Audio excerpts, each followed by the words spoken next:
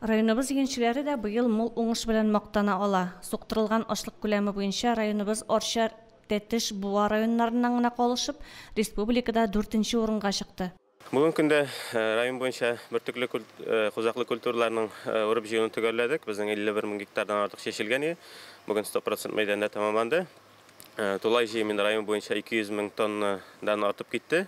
Бу соңгы 10 елны алсак инде рекордный урожай дип әйтсәк тә була. Гектар биреме уртача 39 центнер тәшкил итте бер гектардан. Кырларыбызда 2023 ел уңышы өчен нигез салына. Көзгө чәчү эшләре дә төгәлләнү алдында. 10 мең гектарда көзгө чәчү башкарылды. Бу 80%, тагын 1-2 көндә 2 мең гектарны чәчеп бетерәбез. Була берсә инде. Азык ризык әзерләүгә килгәндә безнең инде кукурузны силоска салу эшләре бара бүген көндә. Аның да инде бүген 50%-нан артык площадь алынды. Безнең бүген көндә бер шартлы төглеккә 30 центнер карма әзерләнгән, бу җитәрлек күләмдә инде.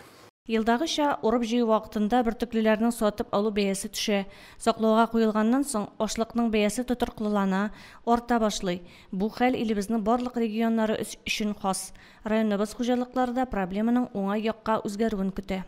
Шуннан да икмәк күп булу сәбәпле икмәкнең бәяләре төште дисәк тә була инде. 8 сумга, 9 сумга. Шуңа инде безнең хуҗалыклар кемнең урыннары бар, алар складларга китереп салып куйдылар, пока бәянең атканын көтәләр инде. Басуларда кыр эшләре ел әйләнәсенә туктап тормый. Кайткан ашлыкны югалтуларсыз өстәлләргә кадәр китереп җиткерү авыл хуҗалыгы товарлары җитештерүчеләрнең бүгенге төп бурычы. Гөлназ Җәлилова, Динар Нуретдинов, Мөслим телевидениесе.